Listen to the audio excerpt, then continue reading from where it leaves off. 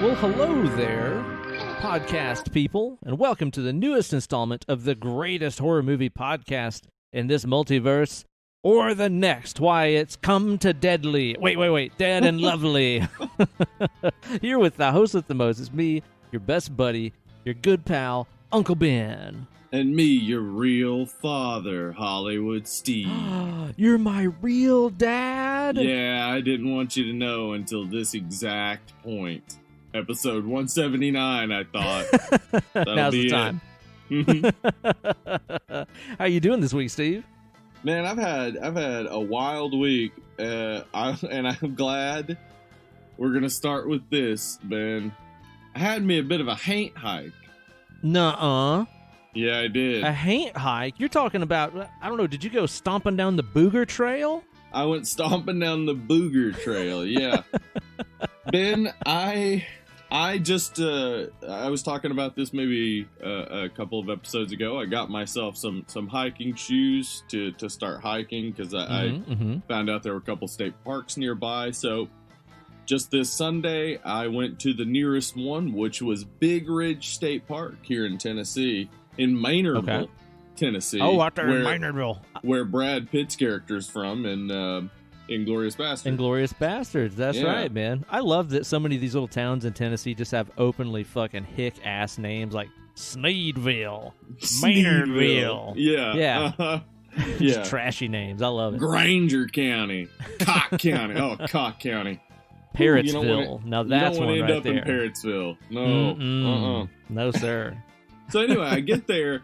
And I didn't look up the trails or anything. I just got there and I walked to the office and grabbed a trail map and just hit the nearest trail.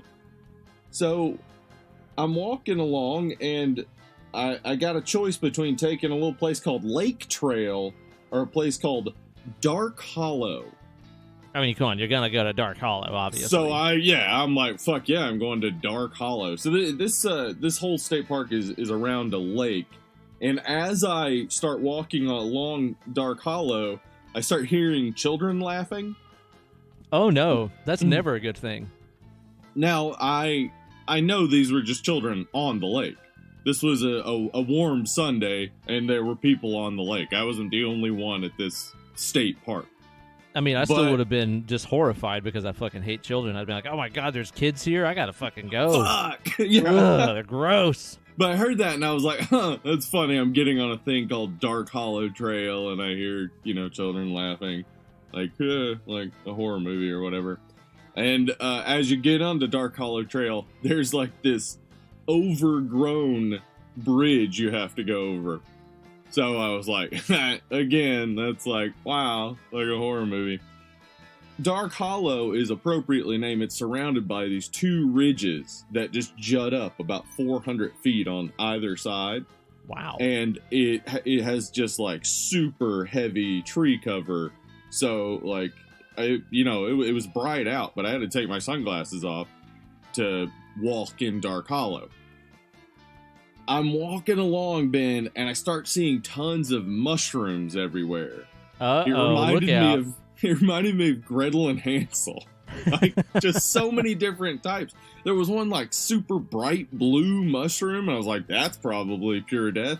Mm-hmm. Anyway, so I'm walking along. Anyway, though, this is, again, just a normal everyday hike. And all these things are happening, and I'm thinking humorously, ha ha ha, this is like a horror movie. Anyway, as I turn off Dark Hollow west to Big Valley Trail, I see a little thing for Ghost House Trail. Oh, that's entirely normal. So I'm like, well, fuck yeah, I want to go see Ghost House Trail. And I saw on the map there was a little marker for a cemetery. So I'm like, oh, cool. I'll go check out a cemetery. So get to the ghost house, unimpressive. You can tell where a house used to be. It's a ghost house because the house is not there anymore, I guess. Oh, okay. Just the spirit of the house remains. Yeah. So I'm like, all right. Okay. Cool. That's one way to say demolished house, but okay. Yeah, nothing here is another way to say it. And then, just the hop, skip, and jump away was the family cemetery. And I'm looking through it, and I think the latest death in it was 1929, so everything was before that. There were a good number of child graves with no name, so that was fun. The old no-name child grave, huh? Right. 3 of the graves were had caved in, so the boxes underneath have deteriorated and they have caved in, probably from just water settling on them. So I'm like, cool, whatever. Walk around, take some pictures. As I'm leaving, I say, hey, if you can't be good at it. See y'all Good later. Good advice. Yeah. And so I'm walking a little bit, and I don't know, 20 feet away from the cemetery, I hear this little girl crying, and I'm like, that's weird. And just keep walking, go along. I get back to the road. Some people are like, hey, where's the ghost house? And I was like, it's right over there. And I tell them, and I go home. I get home and I'm like, oh man, I want to look up that house and find out the history. Mm-hmm. So I'm reading about the history and about Maston and his family. He was the sheriff who got gunned down by some inmates who escaped a prison, and his wife became the sheriff after that. Pretty fucking wild. Right. Yeah, I was like, oh, that's cool. And then I clicked on another link, and it was like, haunted stuff. And I was like, oh, cool, let's read the little silly stories about this area. And it was like, some people report hearing a little girl crying near the cemetery. Oh. And I was like, that's odd. Huh. That's strange. Dude, that's pretty spooky. And then I was like, well, it's not a ghost, right? So I became obsessed. I started measuring the distance from the lake to where I was.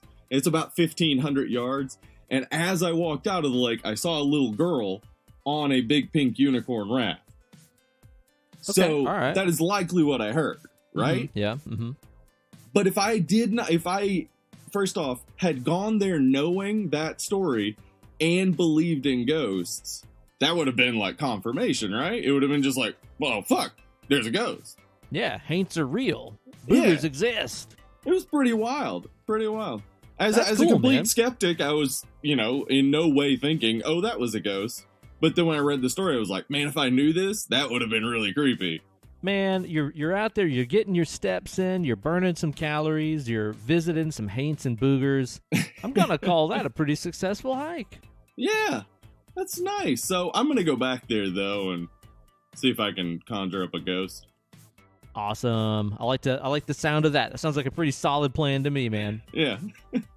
That's cool. I didn't see any haints or boogers this week, but I did see some incredible guitar players on stage with me in my first time that I've played a show since like February. My good buddy and musical cohort Andy Wood hosted the Woodshed Guitar Experience Guitar Camp out in Cookeville, Tennessee over the weekend. Mm-hmm. And due to, it being fucking 2020, they kept it very small scale. It was only about 60-something tickets available. Everything sold out, but it was on a gigantic, huge compound out in the middle of nowhere. Where, all the buildings are like ginormous. Everybody was keeping distance apart. Yeah, people wearing masks, all kinds of stuff like that. So it was I think about as safe as you can do a guitar camp in the middle of 2020, Mm-hmm. But this thing featured, of course, Andy Wood, as well as a lot of incredible guitar players like Joe Bonamassa, country music legend Brent Mason. Now, I know you don't know the name Brent Mason, but you ever heard a tune called a Chattahoochee? Yeah. You know that old hot lick that kicks that thing off? Mm-hmm. Yeah. That's a Brent Mason right there coming at you. Oh, a Brent Mason special? Uh-huh. You've heard more Brent Mason in your life than you know. He's like one of the most recorded guitar players ever. Okay. As well as Andy Timmons, Mark Lettieri, Greg Koch. I mean, just a bevy of incredible players on this thing. And I went down to play the kind of all-star jam show as part of the backing band. So I got to say, it's, again, one of those very surreal things where I find myself on stage playing music and abusing air molecules with my heroes. It's a very strange life I lead, but it was really, really awesome, and I ran into a bunch of YouTube watchers and Dead Level listeners and stuff while I was out there, too, so always a pleasure getting to see some fans. even if it is standing 6 feet away from each other with cloth on our faces. I'll take it. You could have hired somebody to go and pretend to be you. As long as they had your upper half of the face, and could play guitar as well as you. Okay, that's probably pretty easy to find, right? I think so, yeah. Dime a dozen. Dime a dozen. Same upper half of face, same level of guitar. Nothing but net. Nothing but net, yeah. That's what they say. So it was a lot of fun. It was really, really cool. Definitely a highlight of the year so far, in a year that has not had all that many highlights. Yeah. So kind of like getting ready for the show and stuff, I didn't really have a lot of time to watch much in the ways of horror films or anything this week, but I did catch a few flicks. You remember last week on the show, I was telling you I had a historic first where I was like, man, somehow I've lived my whole life and never seen Pretty Woman, and I finally watched it. And I had another historic, life-changing, first-time watching experience this week because I, for the first time in my 36 years of life, watched the cinematic masterpiece known as Josie and the Pussycats. Okay, I've never seen that. I loved it. Is it awesome? The thing about it is like it is so like early 2000s as fuck. I mean, it's really like the clothes and the fashion and the technology and everything. Like it could not be more 2001. But dude, it has a really funny fucking self-awareness to it. And it's all about marketing and like indoctrinating teenagers with the hottest new trends and shit like this. I mean, it's a piece of shit movie. It's terrible, but I did love it. So that's going to be on a regular rotation. Okay. Also had time to watch Infinity War the other day, continuing our Marvel movie journey. Golly, man. What a movie. What a ride. A lot of stuff happened in that thing. Still very fucking enjoyable. And I got to say, like, man, I'm dying to watch Endgame because I haven't seen that since theaters because there's so many things that happen in Infinity War that it's like, my God, man, how do they wrap all this shit up, you know? Yeah, Endgame, I've rewatched it a couple times now, and it's still a fun time. Yeah, you kind of expected they were going to do some time traveling or some universe shifting or something, but the time travel heist was a genius move, I think. Totally, man. And I gotta say, of course, it was a little bit of a bittersweet experience watching it with us just losing Chadwick Boseman. What a fucking loss, man. What a loss. Yeah. Didn't you just watch Black Panther recently? I did, like a week or two ago. Yeah, I think you probably just mentioned it on an episode recently. Yeah, it's crazy. I understand not telling people. Totally. Just being like, I'm gonna live the rest of my life. I don't want a bunch of people telling me how heroic I am or whatever. I just want to do it. Yeah, no doubt, man. Yeah, and I'll say a few things about that, man. It's like, for one, I hope that everybody that like called him a crackhead and stuff like this because he was losing a bunch of weight, I hope they all feel like a bunch of pieces of shit now. Yeah, I don't understand that ever anyway. Why? Yeah, what? Who cares? Like, if you're commenting on somebody's weight, it should be they've been on a diet and they've lost some weight and they look good. That's like the time when it's fine to comment on somebody's weight. Just otherwise keep it to your fucking self. Yeah, otherwise none of your fucking business, you know? Yeah. But also, too, it just got me thinking, man, like, you know, especially having, you know, currently watching our good buddy Brandon Suttles, who's on our Changeling episode, watching him going through chemotherapy and stuff right now. Yeah. Can you imagine being in Chadwick Boseman's case where you're undergoing treatment for colon cancer and doing chemotherapy and stuff and getting into that kind of shape and doing that kind of action? Like, I literally don't know how that's possible. I don't know how that's humanly possible. Yeah, I don't know how you do that. The man gave everything he had at the end of his life, so that's awesome. I mean, yeah. I'm glad we got that. Like, I would hate to, and I imagine like not telling everyone his diagnosis had something to do with, like, you know, would Disney have picked him? Would they have went with him as Black Panther? Like, and would Black Panther be as good without Chadwick Boseman? Like, I understand why he would hide that and why he would, you know that he he was right for the role and they needed to go with him, and this is something private. I'm going to kick ass as Black Panther. It's not going to affect my performance. The end. Yeah. I wonder what they're going to do as far as like the next Black Panther movie and stuff. Do you think they'll recast him and just be like, I don't know. Oh, it's still him. It's just played by a different actor. Or do you think that they will give us a, oh no, the prince died. Here's the new heir to the Black Panther crown. You know what I mean? It's like, I wonder how they're going to handle that. Yeah, I don't know. I mean, I'm sure it's something, it's macabre, but the studios do have contingencies a lot of times in case, like, they think, like, even with young people, it can happen. So I'm sure they've thought of it. And we'll see. It's not the biggest loss, but it is something people are thinking about and wondering, because he was such it's not just that Chadwick Boseman was such a heroic character for young Black kids who finally got to see a superhero.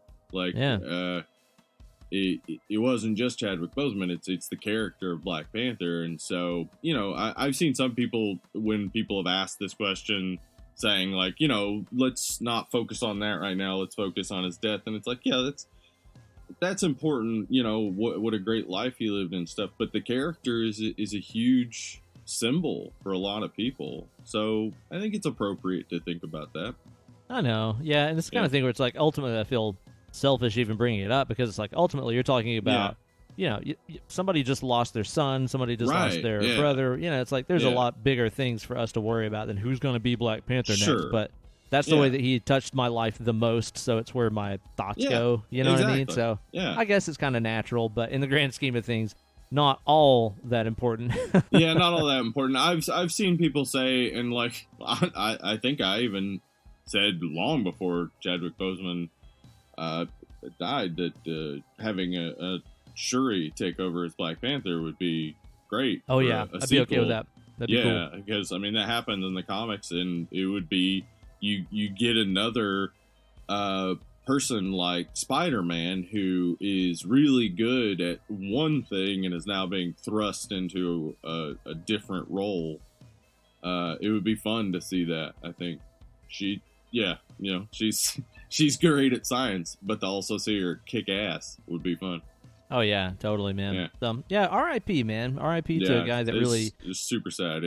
Made a big impact on a lot of people, and like you said, really did a lot for representation in the Marvel Cinematic Universe. Too bad. Lost way too early. Fuck cancer. Way too early, yeah. I said I didn't watch any other horror stuff, but actually I kind of lied, because last night I watched, I think, probably the scariest movie that I've seen all year, and it was a documentary that Kate picked out called The Great Hack on Netflix. Have you seen this?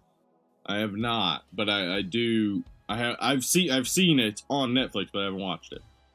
Holy moly! It is really, really fucking scary and really crazy and really sad in a lot of ways. Oh no! It's all about Cambridge Analytica, which is kind of the data mining group that had a huge role in the Trump campaign, as well as in Brexit at the same time, and also, as you come to find out, also had fingers in manipulating data in so many elections and stuff all over the world.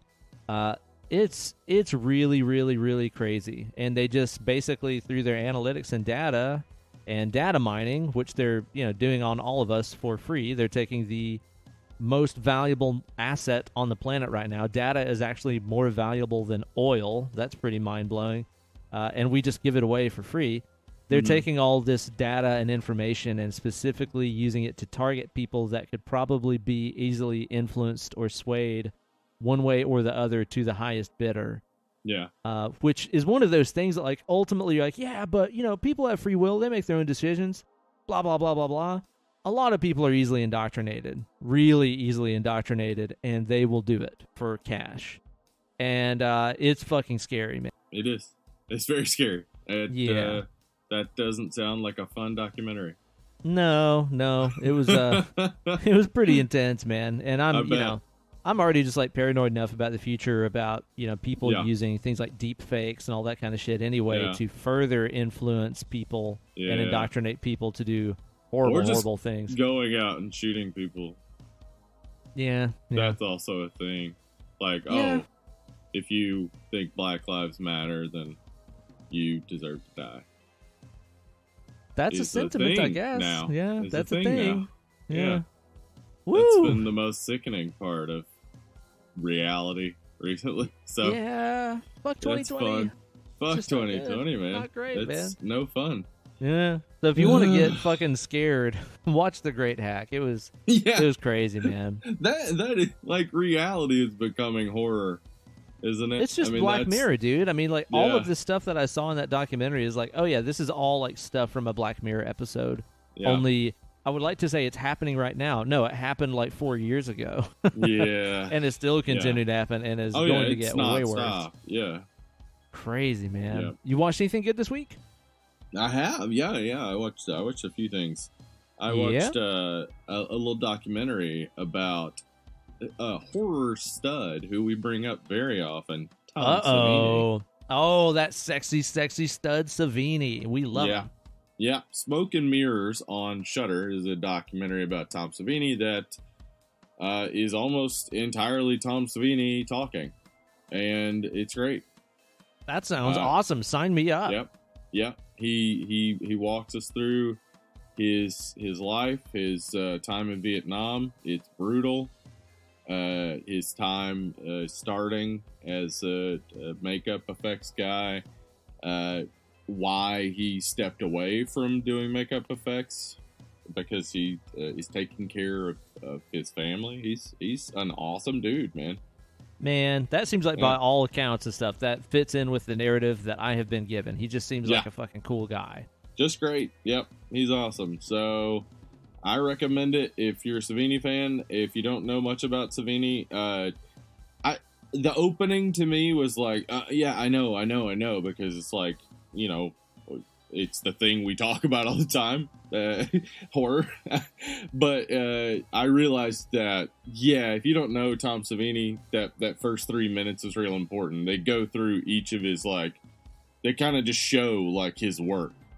So it's like, if you don't know who Tom Savini is, it's like, well, here's something you've probably seen. And so if you're, Tom Savini, it's just like, okay, yeah, I've seen this stuff. But I realized why they had to do it. But once it gets to Tom Savini talking about himself, it is great. Awesome, man. Yeah. Killer. What else you seen? Speaking of effects, and it'll seem like a weird transition, I started watching the HBO show Perry Mason. Okay, Perry Mason. I remember Perry Mason from we were kids, and it was one of those boring ass Saturday afternoon shows that I never watched. You are wrong on that. I'm going to go ahead and tell you. It's fighting words, but all right. Straight up that I watched that as a kid all the time. That Perry Mason, boy, I remember loving it. I cannot remember a single episode. I also watched the Perry Mason in the 80s, which was just the same guy, but now as a judge. This is not that. This is based off of the original Perry Mason novels from the 1930s. And it is much more hard-boiled detective type of thing. It's set in 1930s Los Angeles. A lot of corruption, a lot of that going on. Reason I said, speaking of great effects, this show has some amazing makeup effects in it. I don't want to mention specifically anything, but there is a guy's head getting blown off that they keep showing the body afterwards, and it looks so good. Dude. It's just great. There's some other stuff that happens in the series that I was just like, wow, those makeup effects are awesome. But the show, if you like detective series, definitely. If you like anything about old Hollywood, definitely watch it. It's a fun time. I mean, not really fun, but I mean, a child dies, but it's a time. It's a it is a ride. time. Yeah. Of all the times I have had, it is one. It's one of them. Uh-huh. Nice, man. Okay. Yeah. Sounds worth checking out. I also watched a movie that we're actually going to be doing or maybe even by the time this has come out, the episode will have come out. We're doing a Patreon episode on the Shudder exclusive Host. Yeah.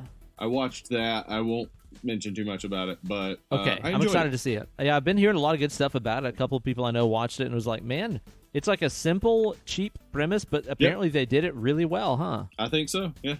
Well, we'll find out on a Patreon exclusive episode that everybody can hear if they join our Patreon at patreon.com/dead and lovely. Head on over there.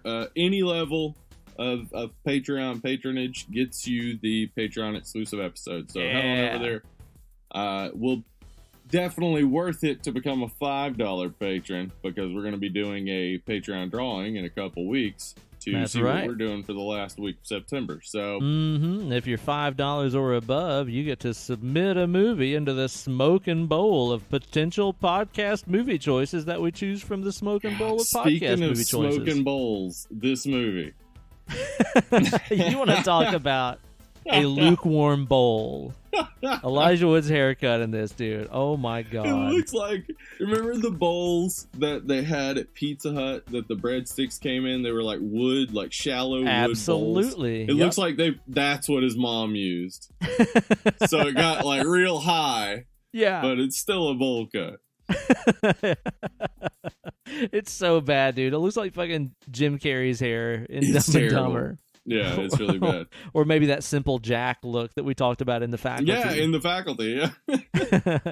But it's like higher and tighter, and the shades, the sides are like more shaved and stuff.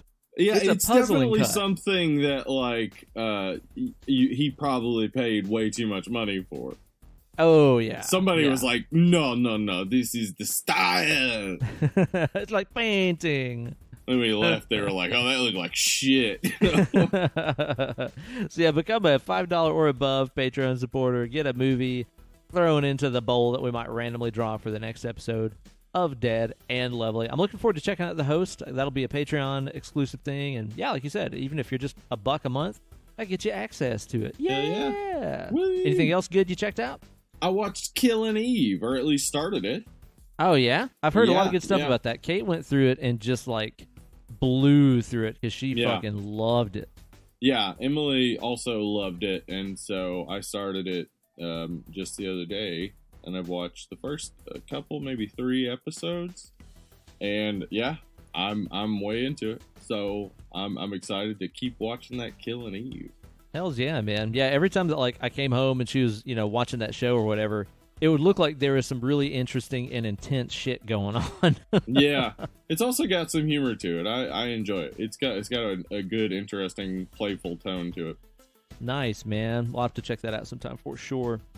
Steve, my whistle, it could use a little bit of moisturizing. I can't lie. You mind if I just moisturize my whistle here a little bit? Yeah, I think I need some of that too. Well, what I'm going to do first, I'm going to finish sipping on this Topo Chico carbonated mineral water that I got sitting here in front of me because it's fucking delicious. You ever had the bubbliest thing that's ever been made? Because it's Topo Chico.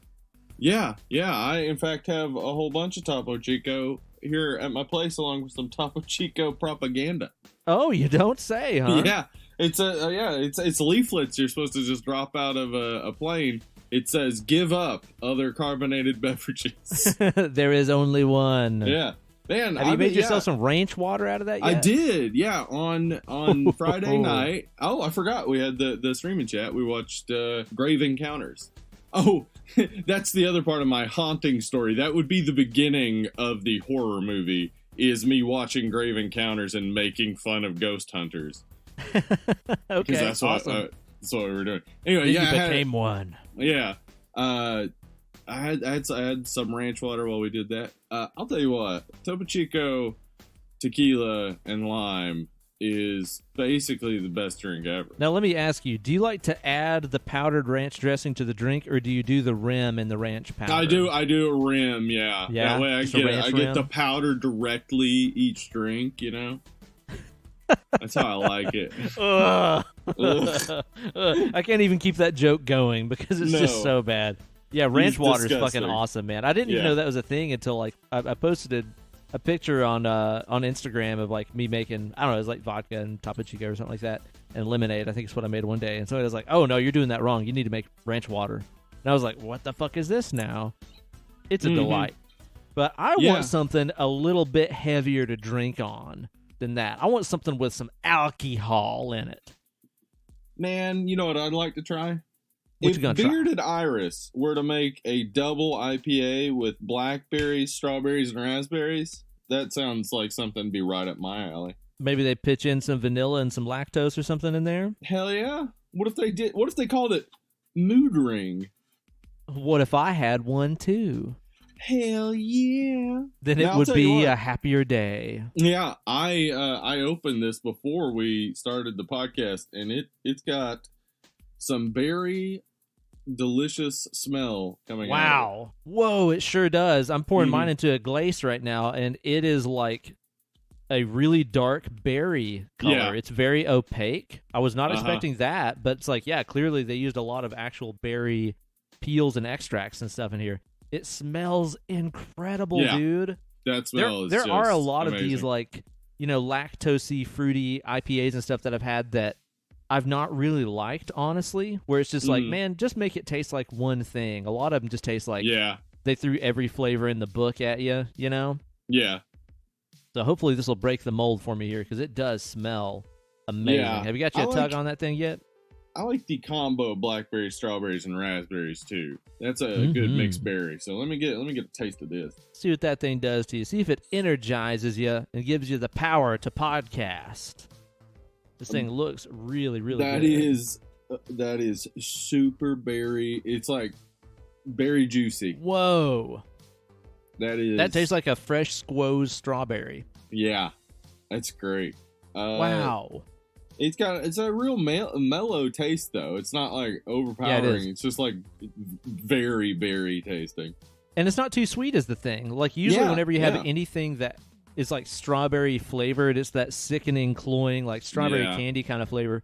This literally tastes like a fresh squeezed strawberry. A strawberry. Strawberry. Yeah. It's got a little tartness to it. The vanilla is mainly on the aftertaste. Yeah, the to me. vanilla is really light to me. Yeah, but it does have that milkshakey quality to it. Yeah, it does. With That's the lactose really and good, stuff. man. Yeah. I'm very okay with that. I'm Yeah, very, I'm very a okay fan. with that. All right, The bearded Iris. alcohol is undetectable. There's absolutely nothing in there that says alcohol. Yeah, I would not guess this is 8.5%. Wow. Wait, Yeah. it's 8.5? Is that what you just said? Yeah. What the fuck? Yeah, this is like, you need to keep this away from children. Yeah, this is that Jesus juice you heard about right Yeah. there, man. Dude. It's also like not all that hoppy to me. Like for being a double I don't IPA, taste it's not hops all that really hoppy. at all. Yeah, for a double IPA, it really just tastes more like a milkshakey berry type of thing. Mm-hmm. Yeah. Man, that's good. Bearded Iris Mhm. fucks. Yeah, they do. That's a delight. Well, you know, Steve, the subject of our show today is going to be Come to Daddy, which is a Yeah. movie that came out in 2019 featuring old Elijah Wood. This is the second Elijah Wood movie we've done this month. We did The Faculty a couple weeks ago. He just keeps popping up because he keeps on being awesome. Yeah, he does. And of course, we're going to talk about best daddies to come to. All right, number one. Let's get into the preview palace here. Let's get into this. Best daddies to come Oh, to. sorry. I started laughing. All right. Hey, Daddy. Welcome to the preview palace.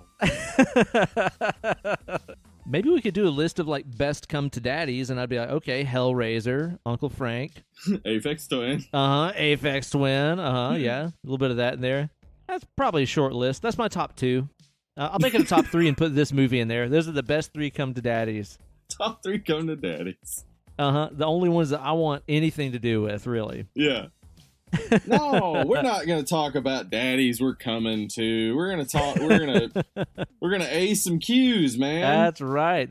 We're gonna fact it up in here. We posted a question there on the Facebook group over at Facebook Dead and Lovely group, horror group, podcast group, Facebook.Facebook, where we hang out with our fans. The shorter address is facebook.com/dead and lovely. That'll take you there. That'll take get right you there. That'll get you there. It's just not as cool as the other address. It's not the scenic route. And we posted a question to our dead and lovelies there, asking to submit some questions that we could answer on an FAQ segment of the Preview Palace. So that's what we're going to get into. It seems like we got some good ones submitted this week that I'm excited to answer. Why don't you kick us off there, Steve? Yeah. All right. So this one comes from a Justin Marion.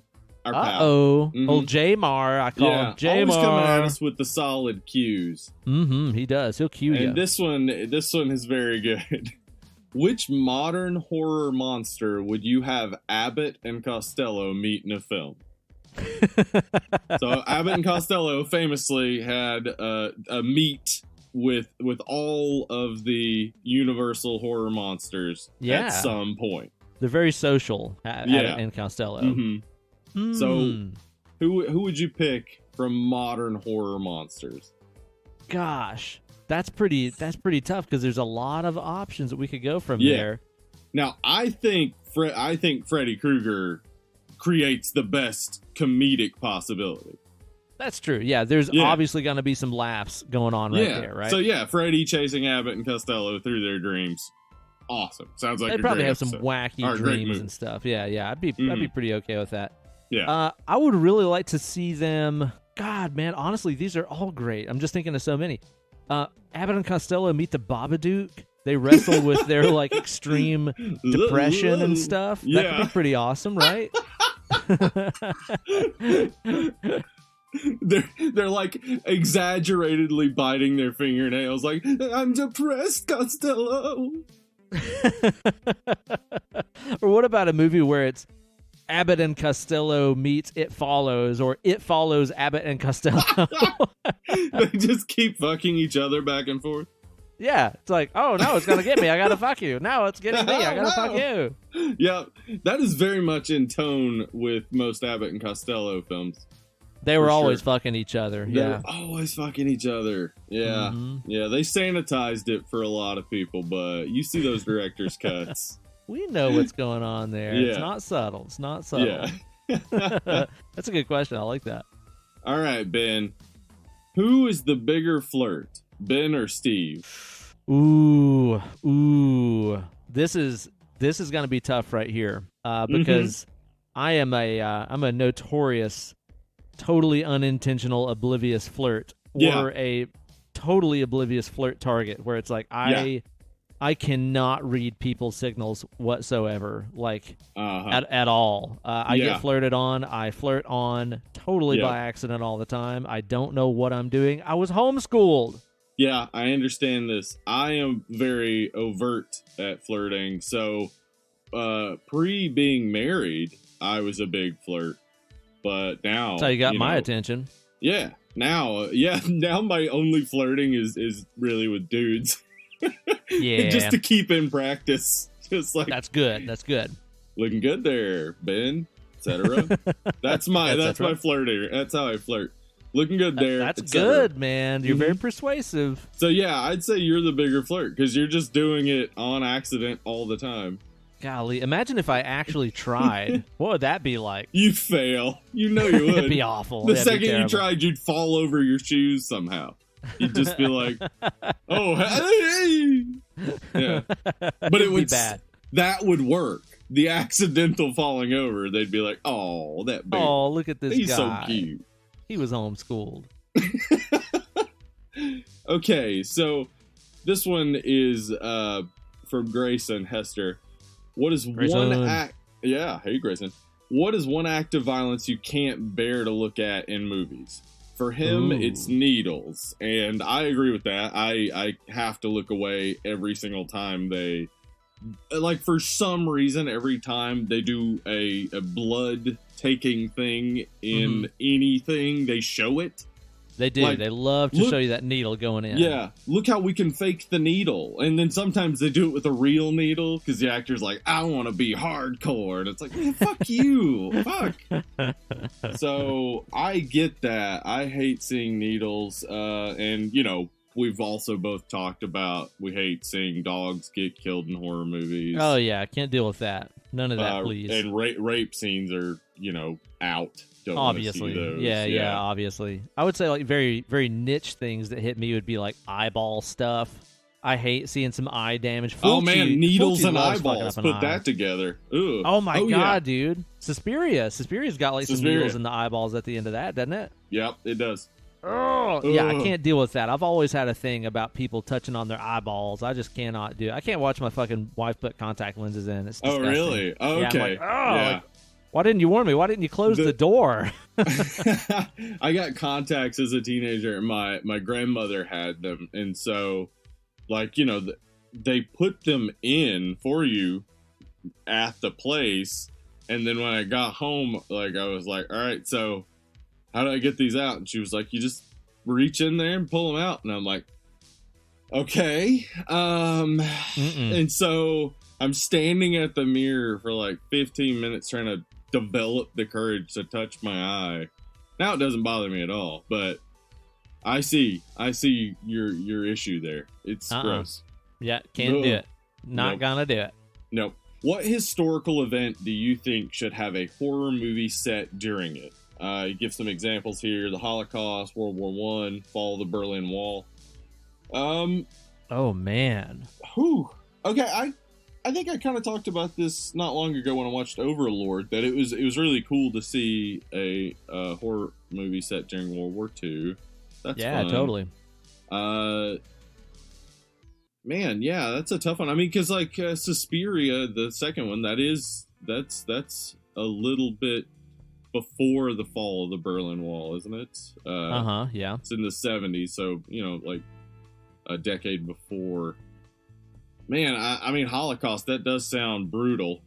Ooh, man, that's one of those things that could be wickedly dark. Could also that could easily be too bad. Yeah, it that could easily encroach on like tokenization or Yeah. exploitation, like Holocaust exploitation, where it's like, okay, you're making this into a fucking joke or something. Yeah, that could be bad.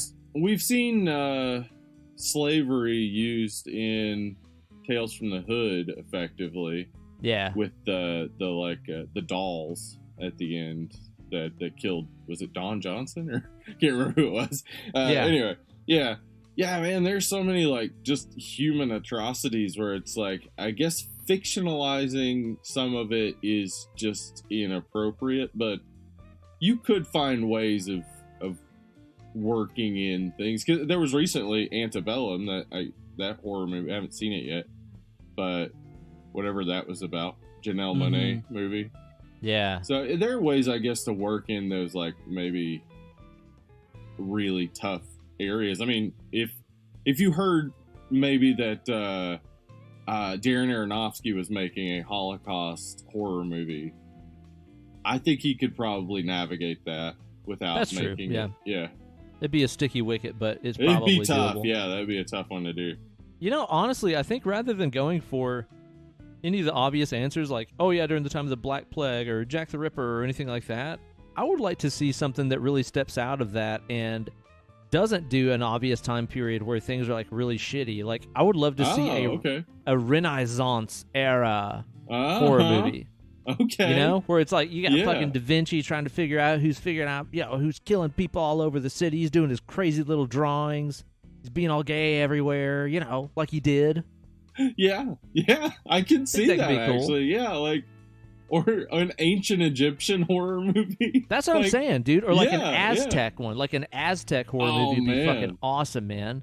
Gotcha. And it's like somebody's murdering all these people, and they're like, "Oh, it's Quetzalcoatl," or like one of their crazy Aztec gods or whatever. Kind of is. Yeah. Yeah, and it does end with like that ominous ships on the horizon. Oh yeah, here comes the end. Yeah, pretty cool. Yeah, cool movie, that's a good idea though. Yeah, like Apocalypto is a pretty cool movie.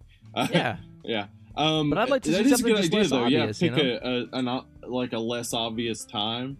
Mm-hmm. I think Lovecraft Country is kind of doing that by contextualizing things differently. I talked about this last week. Lovecraft Country is an HBO show.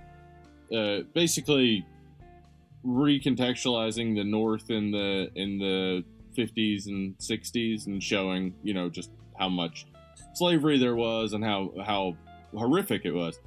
I think that's interesting to maybe recontextualize these happy times that people think about. Yeah. Oh yeah, because there's never a happy time where everybody's happy. Yeah, somebody's exactly. getting shit on for it to be a happy time. Yeah, that's cool. That's a good idea. Yeah, man. Good question. Yeah, great question. All right. Kev Bickerdike's getting 2 here because he asked 2 really good questions. He's Kev Bickerdike, innit? Yeah. You're going to love his second question.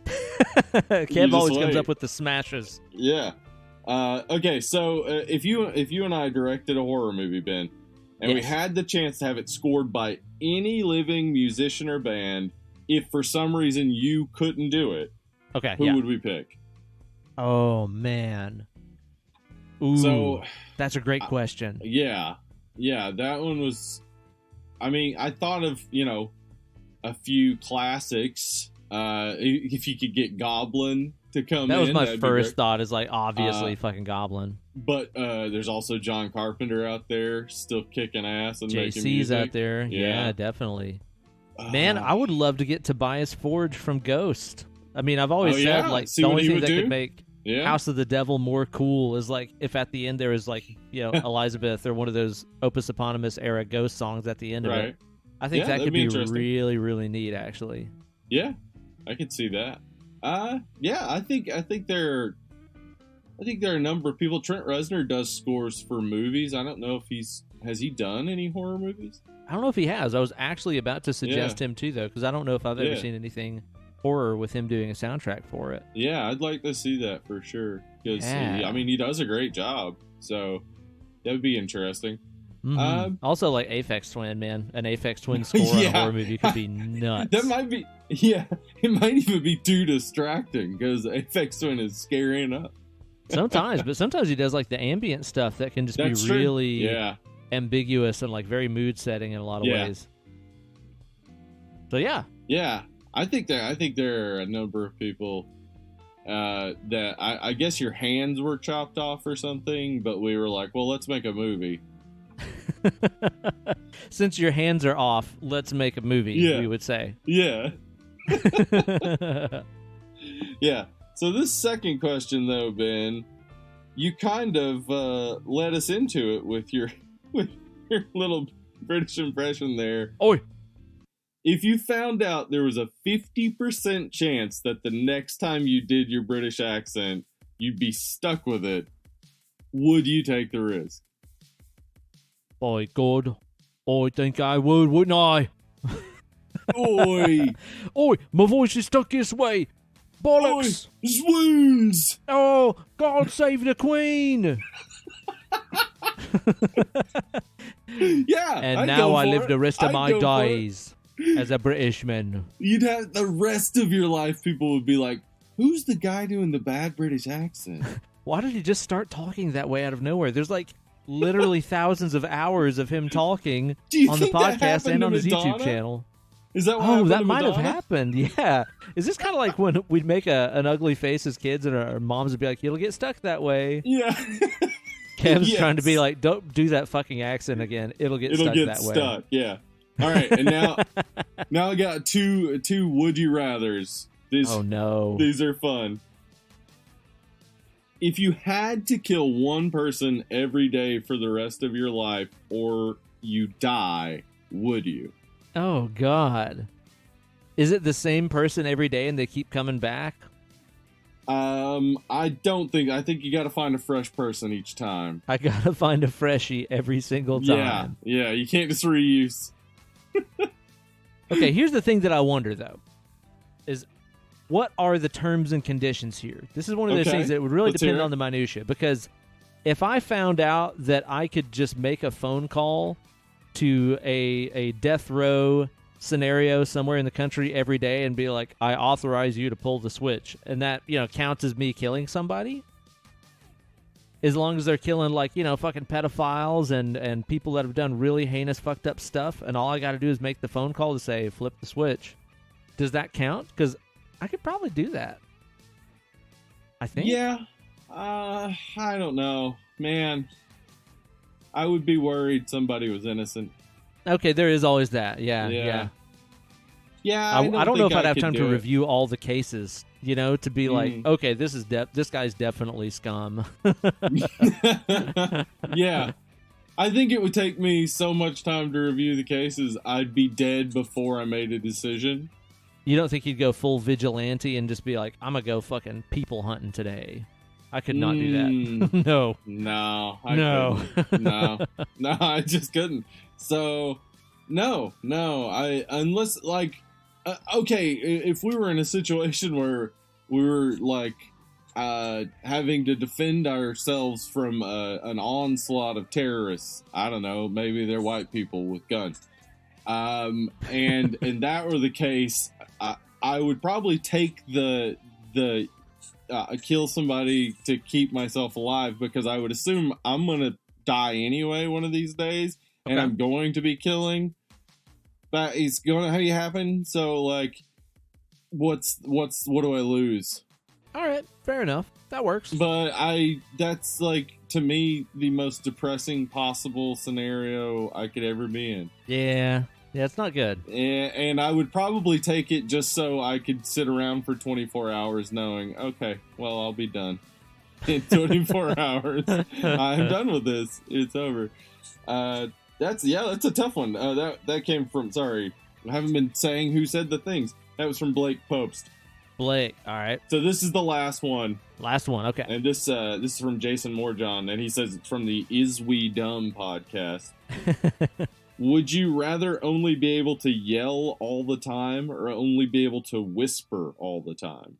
Oh my God. And I feel like this has been posed to me because I yell all the time, so... I feel like it's been posed to me because I have to repeat myself goddamn constantly because I have a quiet voice. Yeah, so I guess we're already in that reality. I guess we're already there, yeah. It's like I whisper all the time and you yell all the time, I guess. Yeah, that's how it is. I guess I'd leave it as it is, because, I mean, if I yell, like, a lot, like anytime I've been to a concert and I spend all night, yelling over the band, talking to people or whatever. Right, yeah. I get, like, instant sore throat. Like, I just cannot raise my voice. It fucking hurts my throat and stuff. So I guess I'll just have to leave it as is. I do have that problem where I do have a loud voice, but in a bar, my voice just sort of registers with the general murmur. So I have to yell way louder, and that sucks. I hate that. Yeah, I get that raspy throat. No good. Get that smoker tone. Yeah. Sexy. Those were the FAQs. Thanks a lot, guys. Yeah, thank you guys so much for contributing. There's some good ones. Yeah, there were a lot of others that I could have chosen from. I just picked a few that I thought would spark the most conversation. Titillate the masses. Yay. And you guys be sure to join up over there on the Facebook group and join in the hilarity, the fun, the laughs, and more. So thank you guys so much for contributing to this installment of the Preview Palace. But now, Steve, it is time to get to the movie review proper and start doing a proper good old chin wag about Come to Daddy from 2019. This movie is bananas. It is. I'll tell you this: if you're listening to this, show for maybe your first time or something like that, we're gonna spoil the shit out of the movie. This is a movie that is spoilery, I would say. Yeah. Especially if you watch the trailer and you have one conception about what this movie is gonna be like. Yeah.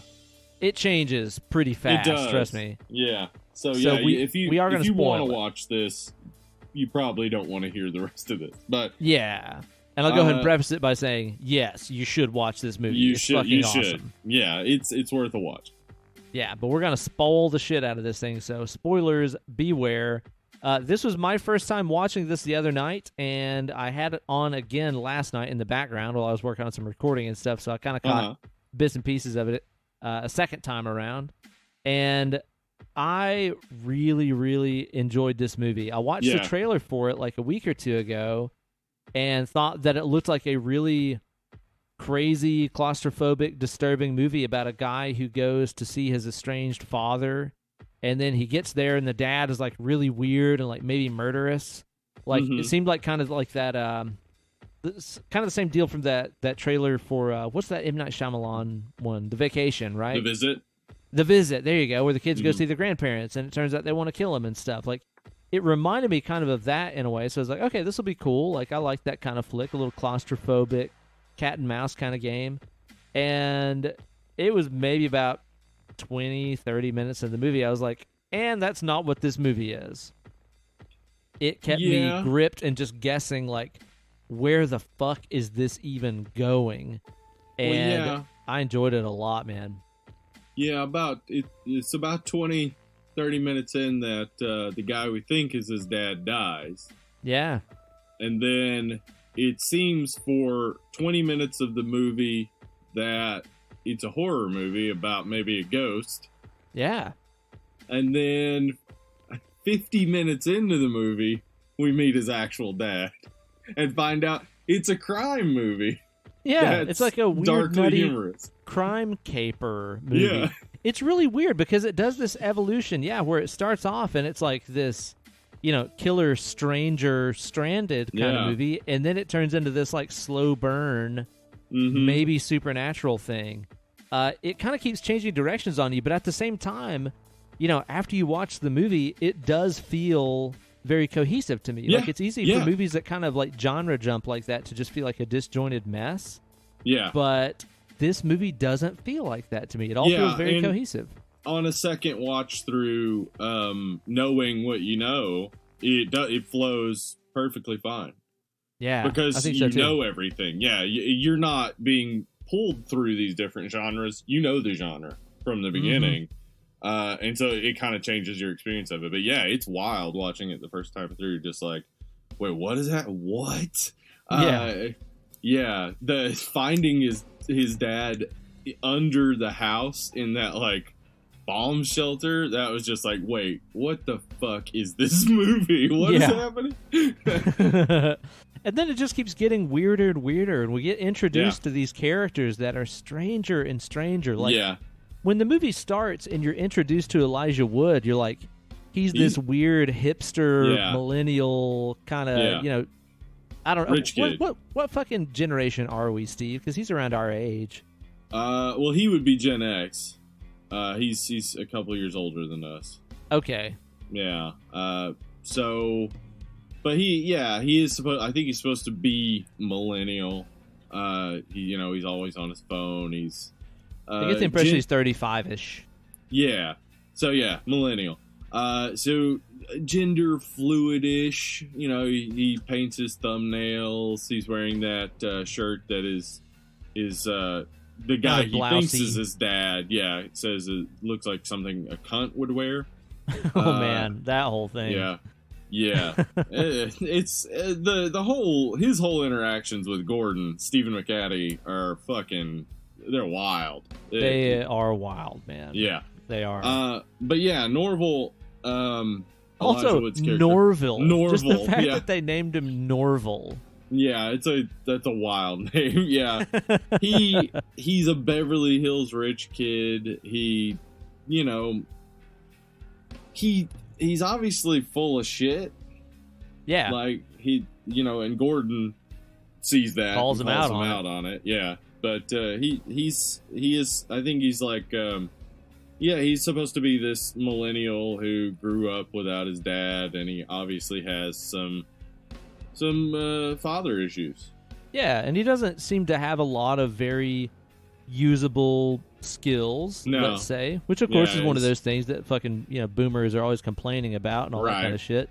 Mm-hmm. Notice also that you guys just let us hold the flashlight and didn't teach us a lot of stuff a lot of times. I actually, I learned all that stuff, but I was taught by my grandfather. Right. So, totally. Yeah. That is exactly how our parents' generation was very much hands off and then like, wait, why didn't you learn anything? Yeah. But it's like you meet his character and it's like, okay, he's like really quirky and strange and weird, and then you meet this guy, Gordon, who's supposed to be his dad, and you're like, holy shit, this guy's a nutcase. And then it's like, there ain't nobody normal in the movie. Like, even after the dad, the fake dad, unexpectedly dies, the fucking cop that shows up is nutty as shit. Yeah. Garfield Wilson is the actor, who's a British guy. I didn't detect a British, like, putting on an American accent. No. So he was doing a good job there. Very strange. Talks about how people who are bad have raisin eyes. I got this theory. I think means, like, they have, like, wrinkly eyes. Small and dark and beady. But he says that Gordon has them, and he's got pretty big, bright blue eyes. So it's like, wait, okay, what does it mean then? Well, then even later, the coroner's like, you have kind eyes. Yes. Yeah, people keep commenting on eyes. The cop, though, when he's like, I could burp on command if that would cheer you up. Then he does it. What the fuck? Like, out of nowhere. It's lines like such that are a weird moment. They're so Coen Brothers-y to me in a lot of ways, where people in Coen Brothers movies don't really behave on any kind of spectrum of normality. Like, they just say and do random-ass weird shit like that. Yeah. That was one of those moments for me where you're just like, wait, what did he just say? And then he, like, burps in front of him on command. Dude. Yeah, it's wild. It's pretty wild. And then when you meet all the people that are kind of at the heart of this story, like the kind of thugs and stuff that I guess his dad was affiliated with and used to do crime operations and with, they're all lunatics and weird as shit, man. They are strange people. We got Michael Smiley as Jethro, who Michael Smiley is awesome. He's in Kill List. He's in Luther. He's a great actor. Yeah. Really good at playing strange guy roles in a sort of straight way. I think he plays his role really, like, straight. He's not being wacky. The character just is wacky.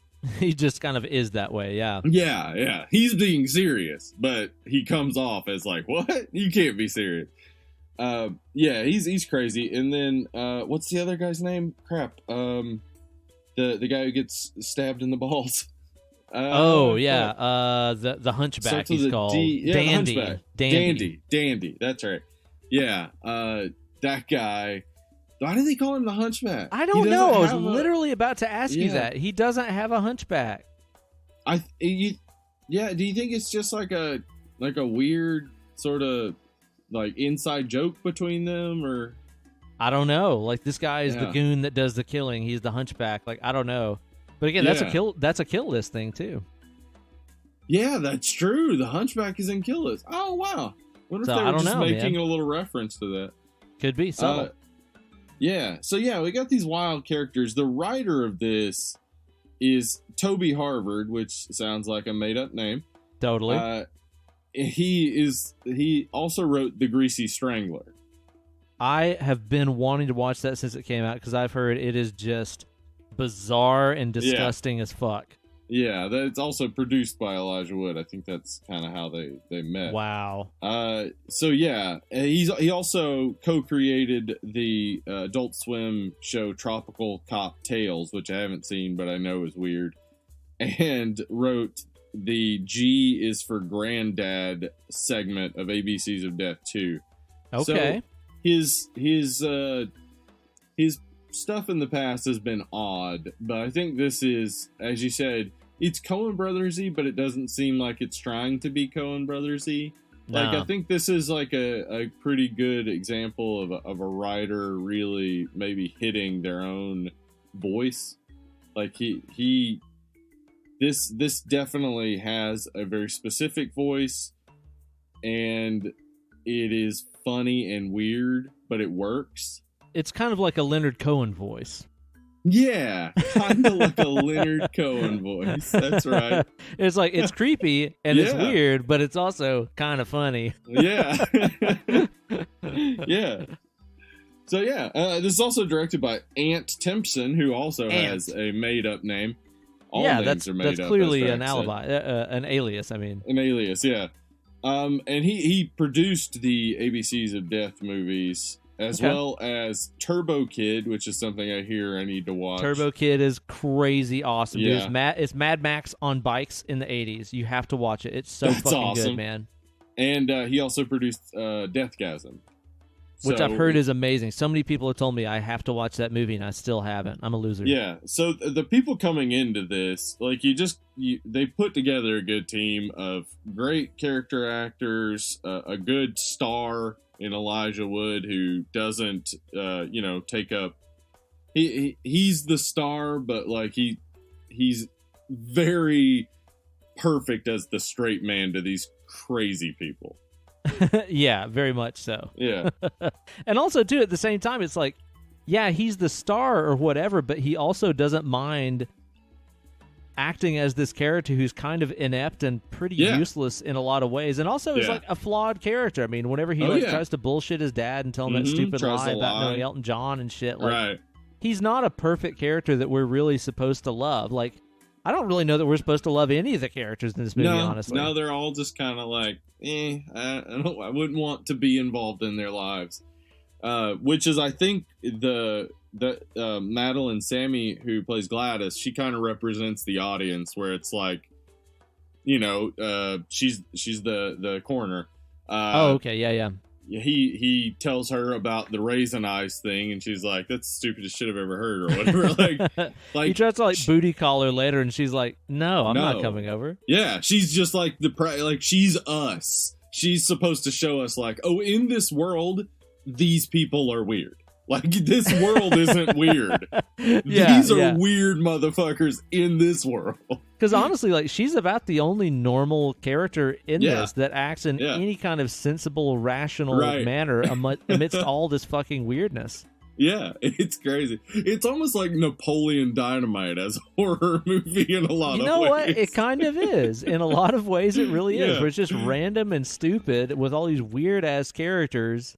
Yeah, but it works. Right. Yeah, but it works very much so, man. God, so man. I was just really impressed with all of what they brought together here, and I want to get it. I mean, because like we got to talk about all the weird craziness and stuff. But the thing that's wildest to me is that this actually comes from an idea from a true story from Aunt Timpson's life. That can't be good. Yeah, okay, so his father died, and his father's partner had the body embalmed and then brought back to the house as a way for the family to spend some time with him. No thanks. So the body was there in an open coffin for a week, which is already odd. While it was there, during that time, some people he did not know showed up and came to pay respects to his father, and then shared a bunch of stories that did not sound like his father. What? This is like Hereditary. Yes, it's fucking crazy. What in the hell? So he told this story to Toby Harvard, and Toby Harvard took off with it. So that is wild. I can understand how that happening to you would make you be like, now what the fuck was going on with my dad? Yeah, no kidding. Wow, man. Yeah. And that's one of those things too that ultimately gets down to a lot of the themes I think that we have in this movie of being distant from your father, as I think a lot of people in our generation are. And also too, it's like, I think a lot of people in our generation are distant because of things like divorce, and then even our dads were probably distant from their dad because their dads were mainly fucking maniac hard asses. Shitty dads from the greatest generation. That is actually, I mean, this has been pretty well documented that the older parenting style was a very domineering father that you wanted to avoid and get away from. And then when divorce became a thing, and you could get away from those assholes, a lot of men were raised without a father figure in the home. So a lot of Gen X men and women and a lot of millennials have grown up without a father in the home for a good portion of their youth. Yeah. Totally. So this is very... very understandable. I know, I mean, you and I are both children of divorce. I don't know much of anything about my dad at all. Actually, similar to this, my parents got divorced around when I was 5. and I've only seen him a couple of times since then. Yeah. I would recognize him. Like, if somebody was saying they were him, I'd be like, no, you're not him. Because he looks more like me than, like, I get how this happened. Like, he had not even seen pictures of his dad or whatever, I guess, since he was 5.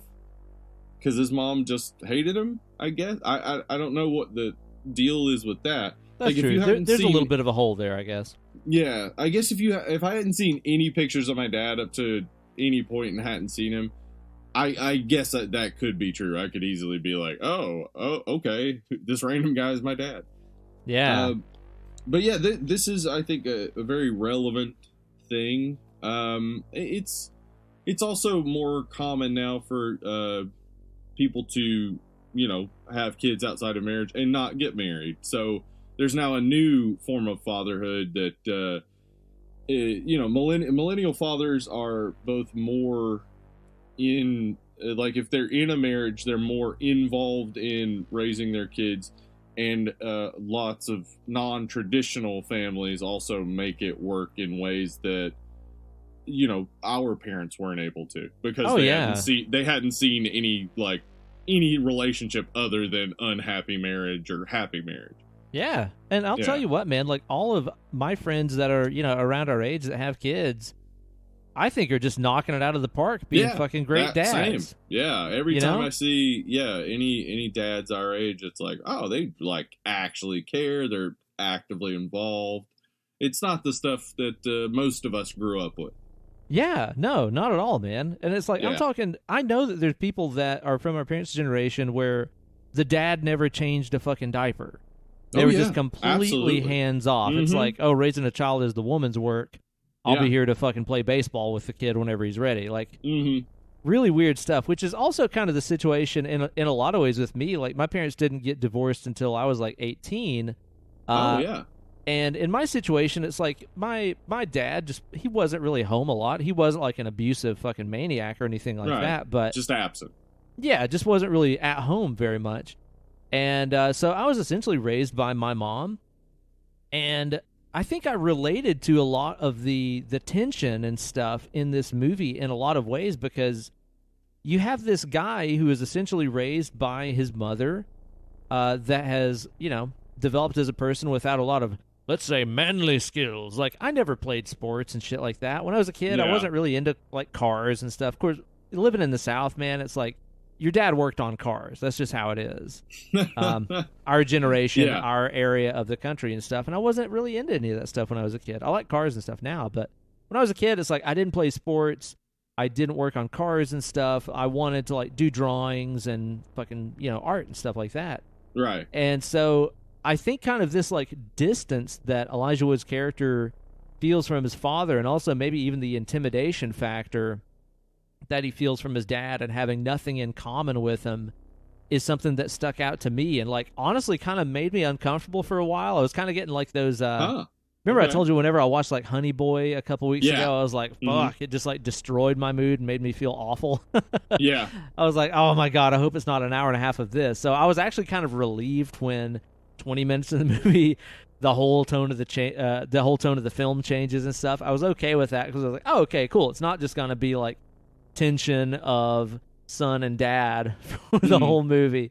So I felt okay with that. But I think that that's something that probably a lot of us in our generation feel. Kind of this just like this, maybe this fear or this pressure to not be as manly as your dad, and maybe a lot of our dads being very judgmental and stuff for not being clones of them in a lot of ways, Well, the manliness is toxic. I know that's air quotes. That's total air quotes manliness, obviously. Yeah, their shit is toxic. Like, so I don't care. I don't care what my dad thinks. But there are a lot of reasons for that. My dad was out of my life early, and I had a bunch of, like, surrogate father figures, like my grandfather, who, as I said, taught me all the car stuff and all that stuff. And my grandfather and my uncle were both coaches for baseball and football, so I played baseball and football. And I hung out with my uncle, who was a nerd and played video games and read fantasy novels. So I got my surrogate father figures from the rest of my family, and got those other things, that you were talking about. But I do get the tension. I have talked about the last time I talked to my father was I was getting on a bus in West Hollywood, and he was telling me how he had tried to call his brothers or something, and nobody would talk to him. And I said, well, that's what happens when you treat people like shit your entire life. Yeah. We had the rest of our conversation. It ended. I have not talked to him since. He hasn't called me back because he didn't like to hear that uncomfortable truth, and to find out that, yes, in fact, his son does recognize he was a shitty dad, but because his son is not a shitty person, he will still talk to you. I'll still have the conversation, but I'm not going to sugarcoat it. I'm not going to pretend.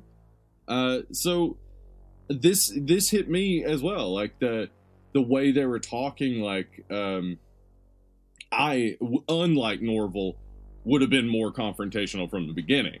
Sure. Yeah. But that level of tension hit me just like you're saying. Like, it was just like, oh God, it made me angry, actually. Yeah. It was just like, I would be so angry if this was my dad. I'd be like, what? No, you don't get to. Yeah. Well, and ultimately the question that he keeps asking the whole movie, like, why did you call me here? Why did you send me that letter? Like, exactly. Like, yeah, especially, in the beginning when he thinks Gordon is his dad, that tension would just be like, what? You asked me to come here, and now you're treating me like shit. Yeah. And too, man, like that lack of having a father figure in Norval's life and in a lot of people from our generation's life. I mean, it's not just us, y'all. I mean, obviously, it's like there's people in our parents' generation that grew up with single moms raising them and stuff like that, too. Yeah, but for sure, and it was harder then. Yeah. Oh, yeah. But I think this is very much made to highlight the fatherlessness of our generation in particular. Yeah, how common that is, yeah. Oh, yeah, totally. But what you end up with there a lot of times, too, and I've seen this from, like, kids in, the neighborhood that I grew up in and stuff like that, like, kids that don't have a dad try to find a dad elsewhere. Yeah. They find other guys in the neighborhood that are out there with the hood of their car lifted up and go over there and it's like, hey, mister, what are you doing? Like, there's people that I've seen bounce around trying to find father figures, authority figures, or whatever in their lives. Yeah. And I think that is one of those things that leads to a lot of very fucking destructive, messed up behavior. And we see some of it in this movie in a lot of ways because, like, if you think about the two father figures that he has in this, right? Mm-hmm. The first father figure that he has, Gordon, who claims to be his father, it's immediately clear that he is trying to murder him. Like, he runs out into the water and he throws a gigantic rock at his head. Like, right at his head, yeah. Yeah, and he even hears him on the phone being like, we can use him as collateral, blah, blah, blah. Like, yeah. There's no hiding of the intentions of Gordon. But the thing is that Norville's desire for a father figure makes him give this guy a chance because he just wants a father so badly that he is willing to be around this guy that is trying to kill him. And then even later on, whenever he finds his actual dad, literally the first thing his actual dad asks him to do is to kill for him. He's like, you're going to have to murder these people. Uh-huh. And this is a guy that just went 30 years without a dad, found out this guy claiming to be his dad was a liar, encounters this other guy who says he is his dad and asks him to murder somebody. Mm-hmm. This is some crazy Old Testament shit. And this is also just stuff that happens whenever people desperately need that father figure in their lives. And I use the word Old Testament here to reference the fact that we've seen through so many writings and films and stuff like this that, our fathers are our models for God in every way, And I think that this movie deals with a lot of those things very directly, actually. I think that there's like kind of an odd godlike or biblical subtext in a lot of the stuff in this movie. Where if you think about it, I mean, obviously he's on this quest to find his father. There's plenty of Old Testament stories of God killing people and God asking people to kill other people. Yeah. Like, the dads in this are very Old Testament God, And if you think about it, and again, this is totally, I realize this is absolutely reaching, but this is just me seeing this through this lens of, not only Norville finding his dad, but also any of us what it would be like if we met God, if we met our creator, what it would actually be like and how it might not really be what you want it to be, you know? Right. If you think about it, okay, his dad is down there. He's got one eye, very much like Odin, the All-Father. Mm-hmm. Okay. Also, whenever Jethro comes down there and stabs him with his excrement poo knife, as he says, Mm-hmm. he stabs him in the abdomen, essentially giving him a stigmata wound. Gotcha. It's like you can really reach and pull at a lot of things in here and be like, okay, this is a model of God, not just a model of dads, you know? Mm-hmm. Well, yeah, I mean, in the end, he's looking for his father's forgiveness for not letting his mother move on. Like, yeah, it's very much there, I think, and yeah, even the way he keeps referencing back to the letter and the question of like, why does this exist? That's also a very religious thing. Like, yeah, why did you bring me here? Why? Well, people even wrestling with scripture. And why it exists, like the belief that it comes from God, and if it does come from God, then why wasn't he more clear? And why, you know, like, yeah, yeah. Why did you make me and leave me here? Yeah, and then why did you give me these very vague instructions? Why do you want me to come back to you? Why all these things? Yeah.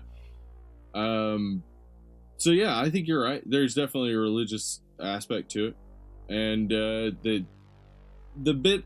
You know, he's looking for his father's approval, and I think there's something interesting about the fact that with Gordon, despite the fact he's looking for his father's approval, he doesn't seem to try hard with Gordon to get his approval, but immediately when he finds his dad Brian down in the basement, you know, he gets pretty quickly convinced it's his actual dad because he sees the pictures, and his dad tells him to break his finger, which he does with some hesitation, but does. Like, with Gordon, he was very, like, defiant, but with Brian, he's very much like, yeah, this is my daddy. Like, he accepts the father. So there's something going on there where he maybe suspects Gordon from the beginning, because he is very defiant with him in a way that he's not with his actual dad. Mm-hmm. Yeah. Yeah, that's true. So I think this movie just kind of looks at all those dad issues in a lot of ways, and I don't think it's any irony that it's called Come to Daddy. I think it's really meant to be a lens to observe all the issues that I think a lot of us have with our dads and what it's like to meet your creator, and for that creator to not really be what you thought. In a lot of ways, this is kind of like fucking, what is it? Alien Covenant or Prometheus? Only it's way good. Yeah, it is very similar to whichever one of those. I think it's Prometheus we're thinking of, yes. But the thing that I wonder about this, too, is, like, obviously we got all the dad stuff that we were talking about, but there's also some, like, kind of odd subtext about woman and mothers and all this kind of stuff. Like, one of the first things that Gordon asks is if Norval sleeps in the same bed as his mom, which I don't know if they were trying to get into some kind of like Oedipus complex kind of shit here. Like, well, I think just kind of the good old beliefs that, you know, all men want to kill their fathers and sleep with their mothers, like very Freudian shit. I don't know where that came from. But I think he was. I think he was digging at him with that, like that he's 35 and he still lives with his mother, and that there's obviously some issues going on, and Gordon's an asshole as well. It's obviously not a very female-centric movie. I mean, it's really just about a boy and his quest for a father in so many ways. But I didn't really understand the relationship with, what did you say her name is? Gladys, the coroner. Yeah. Because she kind of seems like she's going to be an important part in the movie, and then he, you know, drunk dials her and she shoots him down, and that's just kind of all we hear from her. I was kind of expecting her to come back later or serve more of an important role. I think, you know, she was really there to be our barometer of normality. Like, that's a good way to put it. She was just, and whenever it kicks off to full wacky, she's no longer needed. We know what's normal, and now this is wacky. I also would have expected her to come back for something a little later, but maybe maybe they just cut that because it was sort of already wrapped up, and I guess we don't need to wrap up her storyline, but it does leave that loose end of just like, okay, so why was she there? I think maybe you could have combined the cop and Gladys, the two characters, and just made it like a weird coroner. Made her burp on command. Yeah, exactly. And then, just, I don't know. But then, we don't have her to just sort of establish what normal is. And then with the other female characters, we got Precious, who is... she's a sex worker who does some BDSM, it looks like. It looks like she does some WWE DSM. Yeah. Dude, like, that's one of those areas in this movie where I'm like, nothing in this movie can be normal, because you see, what is his name? Is it Jethro? Jethro, yeah. Goes to this hotel and hires this prostitute and stuff, and Elijah Wood is trying to, like, sneak into their room, and again... the room adjoining, which nothing's normal. Yeah, has I guess some people who are tired from a four-way. A whole bunch of swinging. It's a damn swingers convention. What do they call it? Geology convention? Yeah, or he said something? a geology convention, but it's a swingers convention, yeah. It's just a big old swingers thing at this hotel. Dude, that scene where he has to, like, try to stealthily sneak through that bedroom, and he steps on that fucking condom, and then he steps on, like, a bottle of cheap vodka. Uh-huh. Like, all the obstacles are just stupid as shit, and he's hitting all of them. Yeah, and it's not waking them up. Yeah, it's some good silliness. And then he doesn't get the door open before waking everybody in the room up. By stepping on that remote and stuff. And dude, I'll tell you this: we make no we make no effort to hide the fact that we are some fans of some of our ladies Pooh Bearing it a little bit.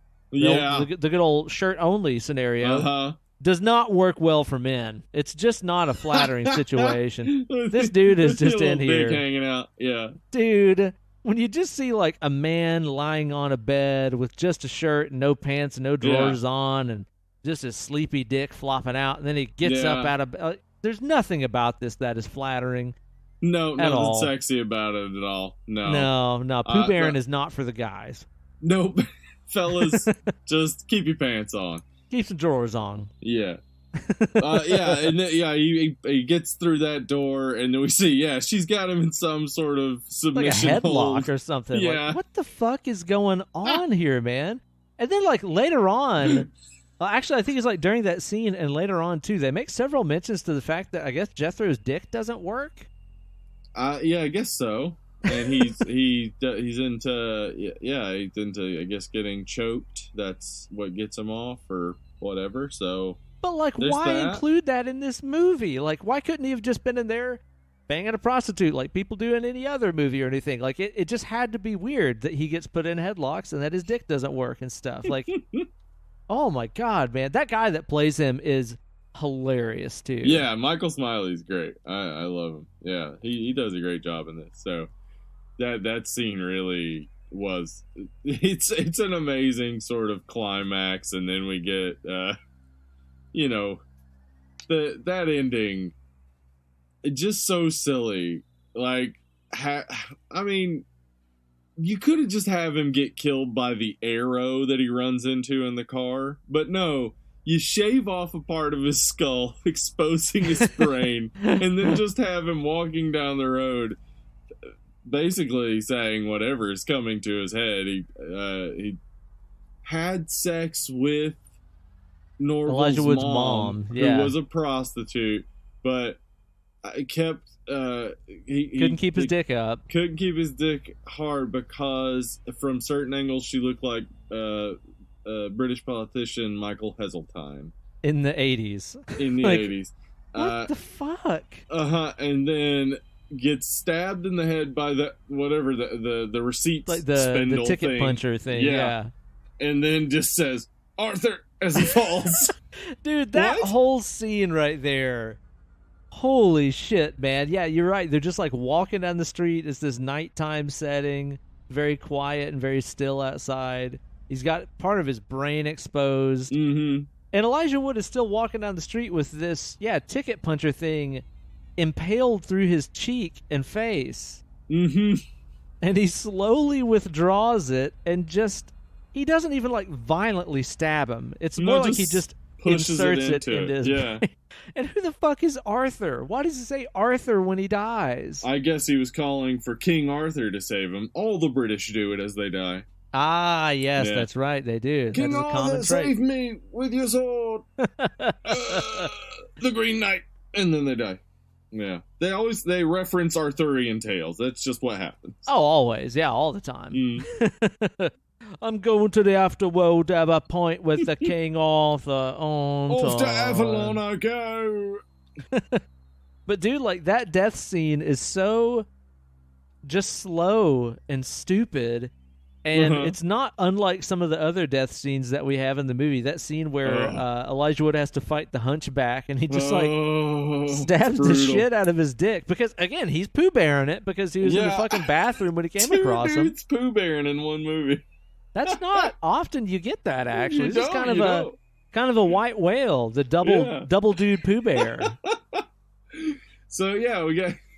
That's gonna be the title of the biography of the show, Double Dude Pooh Bear, the story of Dead and Lovely.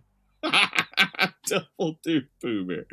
So, we get the death of the Hunchback is the most brutal for sure. Probably 10 stabs to the groin area with one of those little, what is that, turning forks? Yeah, little 2-pronged forks. And then the saran wrap. Then saran wrapped in the face and then beaten about the head and face with the roll of saran wrap, which you may be thinking, that wouldn't hurt. Those things weigh like 3 pounds. Oh, if dude. you hit somebody in the head with something that weighs 3 pounds, it's gonna hurt. Oh, yeah. If you've ever worked in any restaurant industry, there is always a huge industrial roll of saran wrap in the back, and those things are hard and heavy as shit. You could totally beat somebody to death with one of those. I love that effect too, where it shows like how the blood is like pooling up in the saran wrap and stuff, and like even see his like his like teeth are like fucked up and stuff too. Like he's knocked some teeth out of him. The effects are great. It's brutal, actually. Yeah. But at the same time, it's one of those scenes, kind of like what you get in some Coen Brothers movies, where something brutal and fucked up is happening. But you're also laughing because it's so fucking silly. Yeah. Yeah, because like he encountered this guy sitting on the commode in there that they called the Hunchback. Turns out it's just some Asian guy. Yeah. Yeah, the guy plays he's in a bunch of stuff. He's actually in an episode of Killing Eve I just saw. Oh, no shit. Yeah, that guy's in a bunch of stuff, and I should have written it down. But anyway, yeah. That guy just comes out with the toilet paper stuck in between his cheeks. So oh my god, pulling man! The roll as he goes. It's so bad, and I love like after he dies, there's that dramatic scene of like, and then the toilet paper falls as if to like signal his demise. It's so dramatic and fucking stupid because it's toilet paper. Yeah. But, I mean, that's another instance where I'm saying, like, his dad tells him you're going to have to kill this guy, and he does it. Like, it seems like his dad does actually, like, this relationship with his dad does give him something. Like, it gives him the strength to do what he needs to do. Like, I mean,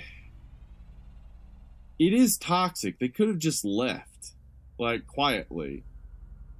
He went to the bathroom. Why did he go to the bathroom at all? They didn't have to murder anybody. No one had to be killed. Yeah. So there's some toxicity to it, but there's also some like sweetness and some like, it's just, I guess. His dad's not a good guy either, though, but he's not trying to torture anyone to death. So. You mean his dad, Pastor Skip from Saved? Yeah, that's exactly what I wrote down. As like, I was like, oh yeah, Pastor that's what I Skip! know him from. Yeah, Dude, absolutely. yeah, that's the thing too, is like even when he meets his real dad, like he's met this fake dad that's obviously a scumball, and then he meets his real dad, and it's like, oh, the reason he's in the situation is because his dad's a scumball. he's a scumbag. Yeah, it's like he was doing these kidnappings and stole all the money from the other guy. They kidnapped the daughter of a Thailand politician, or a Thai politician, and then he ran off with all of the money, and they've been trying to find him to get their money, I guess, and get revenge. And he's been using that money to fund Norval's Beverly Hills lifestyle. Yeah. So Norval takes that hard, like it, a kidnapping has funded his lifestyle, but he does seem to get over that pretty quick. Like he's pretty quick to be like, all right, I'm on my dad's side. Let's kill this guy with some saran wrap. Like, no doubt. He changes pretty quickly for his dad, and I think the movie's saying something there about how, like, the lengths that some of us will go to please our fathers, even if our fathers have been out of our lives forever. Yep. Like, some people are just obsessed with trying to please their father. Yep. Again, I've seen those people in my own life. It's like, I know that is a very, very real thing that a lot of people try to do. Yeah, it's like ultimately at the end of the day, it's all about just try to please the dad, try to impress the father figure, your creator. And again, that's the God narrative, you know? Yeah, absolutely. I love seeing Elijah Wood play these weird-ass roles. I love seeing him that he's just like, you know what, I can live off mailbox money from Lord of the Rings for the rest of my life, and it's fine. Oh, yeah. So, like, the first really weird role that we saw him in was like, as Kevin in Sin City, where he's this fucking cannibal kid. That was like, great. Holy shit, man, that's a kid from Lord of the Rings, and now he's like fucked up and eating people and stuff. And then he really started to find a rhythm of just playing these super fucking weird characters. Like, did you see that, what's it called? I'm Not at Home in This World, or something like that? Oh, yeah, I haven't seen that, but I've heard good things about it. His character in that is fucking amazing. He is just like this super introverted, extremely weird nerd that's into like metal and ninja stuff, and he has like a rat tail, and he like throws like fucking ninja stars and stuff. That's awesome. There's this part in the movie, dude, where he throws a ninja star and then he like walks over to the tree or wall or whatever it is he threw it at to like retrieve it, Yeah. And he starts to tug at it, and it's like really buried in there. And he has to like really yank at it to get it out of the wall. And he turns to the people that are there watching and goes, "That's how hard I threw it." It's like, again, a very Napoleon Dynamite character. It's weird as shit. I love seeing him play these roles because he has just like this. He has got a weird look about him, man. It's Elijah Wood. It's like he's got these gigantic eyes. He's got this kind of like haunted or vulnerable kind of look about him. Yeah, I would say very vulnerable. Yeah. Almost like boyish. Totally. Even like even when he has a mustache and stuff, he looks like a little boy with a fake mustache on almost. Yeah. So yeah, he fits perfectly into those roles. Yeah, I think that always helps when an actor knows who they are and leans into it. Like you can see actors who try to get against what they are. Like he could very well be like, no, I only want to play serious doctor roles and shit. I'm not a little boy. Instead, he's like, no, I get it. My face looks this way, so I fit perfectly into these types of roles. He's also been doing some great producing. I mentioned this at the end of the last episode. I wanted to name some of the titles he's produced just so you can see exactly what type of stuff he's producing. He's a producer on A Girl Walks Home Alone at Night. Oh, that's an awesome movie, man. He's producer on The Boy. The Boy. Which is a horror movie that had Lauren Cohen from The Walking Dead. I don't think I've seen that one. Okay. Producer on The Greasy Strangler, which I mentioned before, written by Toby Harvard. Producer on Mandy. Oh, shit. That's right. He was. And, which again features another guy just like totally doing whatever the fuck he wants to with his career. Nicolas Cage is just like, you know what? I'm just gonna do crazy batshit nuts movies now. Yeah, So why that's not, what he's right? doing. Yeah, why not? Yeah.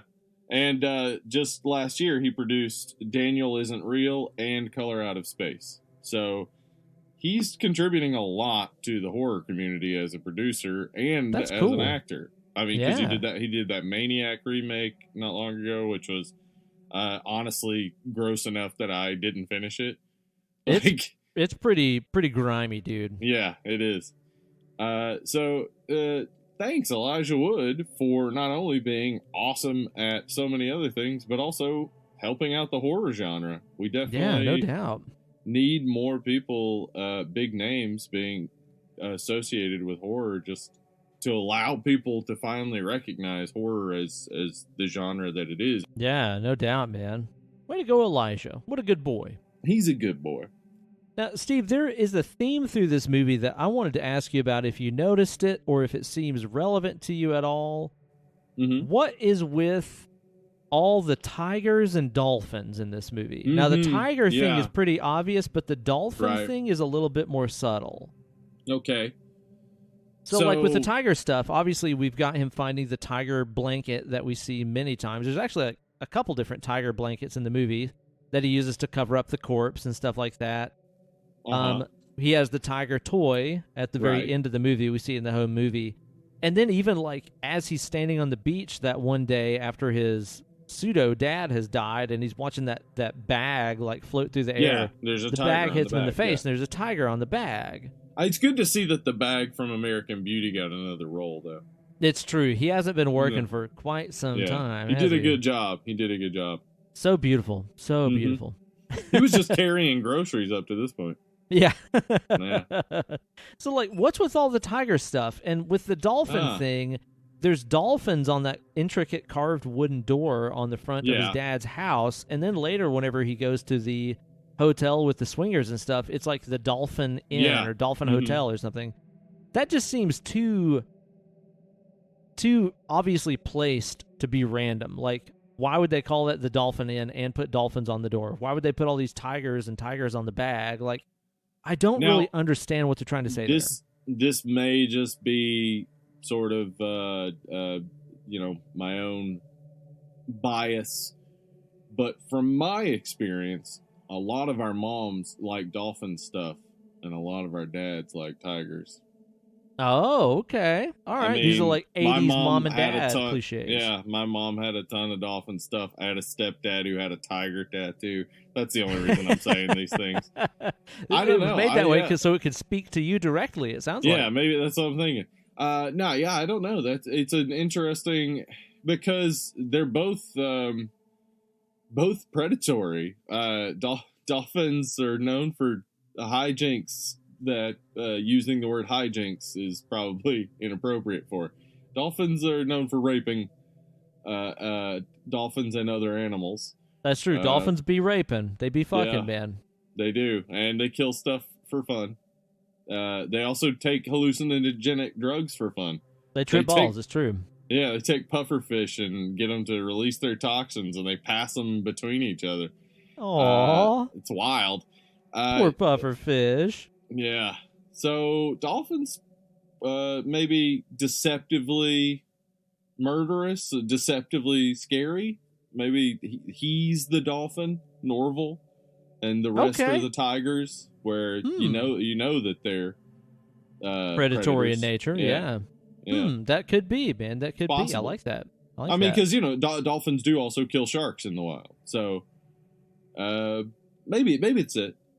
But I don't know. That's an interesting thing. I noticed it. I noticed the tiger stuff. I noticed the dolphin stuff you're talking about. But I really couldn't think of any reason why you go specifically with those things. Maybe it's a reference to Lisa Frank folders. Ooh, I like that. Get back on this Trapper Keeper vibe we've been talking about lately, huh? Fuck yeah, man. You know, whenever I saw the title Come to Daddy, the first thing that came to mind for me, of course, is the immensely troubling and disturbing Aphex Twin music video from the 90s, so which I believe we've referenced many times over the course of the show, because that's a video that came out when we were in our teens, that is just creepy. Fucking scary, man. And I think really laid the groundwork for The Ring and a lot of other movies that are very, heavy on horror imagery that we saw throughout our lives. That video is crazy fucked up, like pretty much every other Aphex Twin video. And I really love, though, that this movie didn't go so on the nose as to put that on the soundtrack, which would have made sense. But there is Aphex Twin, Aphex Twin on the soundtrack, yeah. But it's one of the more like subtle pieces. That's not like a super hard, grimy electronic piece like a lot of people think about Aphex Twin for. It's more of some of the more subdued stuff. I think it's like maybe like Avril 14th or whatever the name of that song is. I think is on the soundtrack. Aphex Twin is a shit, man. Like, I know people know Aphex Twin for the fucking videos and stuff, but man, there's some amazing music that dude has done. I think the restraint they showed to not play Come to Daddy was smart. But to still include some Aphex Twin was a good idea. I think so. I think the music in this works well. I mean, there's not a ton of stuff going on with it. It's pretty subdued. Yeah, not a lot really jumps out at me when I think about the soundtrack of this movie, but that also means it was functional in that it never stole the show. It's like that just means the soundtrack complemented what was happening. Yeah. So I thought that works fine. Because I think that everything going on is so wild, you don't want the soundtrack also vying for attention. Yeah, it's like the characters and their fucking personalities and actions are big enough. You don't need to enhance it and tell us what's going on with soundtrack. It's clear enough what's happening on screen. Think of any Coen Brothers movie. It's not like while these people are being weirdos, there's like a bum bum bum ba bum bum bum bum in the background or anything to let Notice you know, how like, this you're guy is supposed to acting laugh. weird. Yeah. Yeah, totally. Yeah, I think that's just like intelligent, subdued use of soundtrack to where it isn't telling you how to feel. It's like, you see what's going on here. If you're a normal person, you realize this shit's weird. I bet there are people that watch this and go like, man, that Norval dude's strange. Were they trying to make that guy weird or something? The rest of it's pretty common, but that Norval. That guy. It really just kept me guessing, and that's the thing that I would say is one of my favorite things about this movie and why it definitely passed the phone test too, where it's like, I never got bored. Like whenever I get into that rhythm where I'm like, okay, I know where this is going. I can fucking scroll through my Instagram or whatever. Yeah, this doesn't let you get into that rhythm. No. Every time you think you know. Yeah, but also at the same time, it doesn't feel as if it is deliberately jerking you around, being like, you thought it was this movie? No, fuck you, you're stupid. Like, we've complained about those movies that have the unreliable narrative of, showing you one thing and being like, nope, screw you, I showed you the wrong thing, blah. Like, that's not fun. But this movie constantly keeps you on your toes guessing, where the fuck is this going? Who are these people? Why are they doing this? What is this weird-ass character who's our lead in this going to do in this situation? It kept me guessing, and it kept me interested the entire way through. I never really hit a lull in here. Yeah. And then when you watch it a second time, you see that they were never hiding anything from you.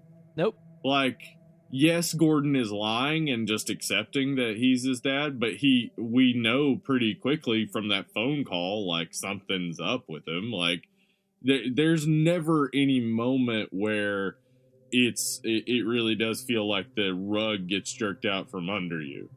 Yeah. It's always just like, it's not what I'm expecting, but it makes sense with everything that I've seen up to this point. And then when you watch it through a second time, you're like, oh yeah, this all flows together. Yeah, this all makes sense. So, I think you're right. It never makes you feel like you're stupid for not knowing what was happening. Yeah, that's a great way to put it, because there are a lot of movies that do that kind of thing. And this is not one of them. It's just a weird, strange journey, and I get how some people might not like it. It's not like a traditional horror, scary narrative. There's nothing supernatural or anything like that going on here. It does feel like it at a certain point when you're watching it through the first time. It does feel like, maybe they're ghosts for a little bit. Yeah. But then that immediately gets revealed to not be that. So, it's hard to call this a horror movie once you know everything, but it does have its horror feel for a bit. Yeah. Yeah, that's true. Where it's like really that weird line that we find sometimes where you're like, is this horror because there's some gore elements in it? Because Right.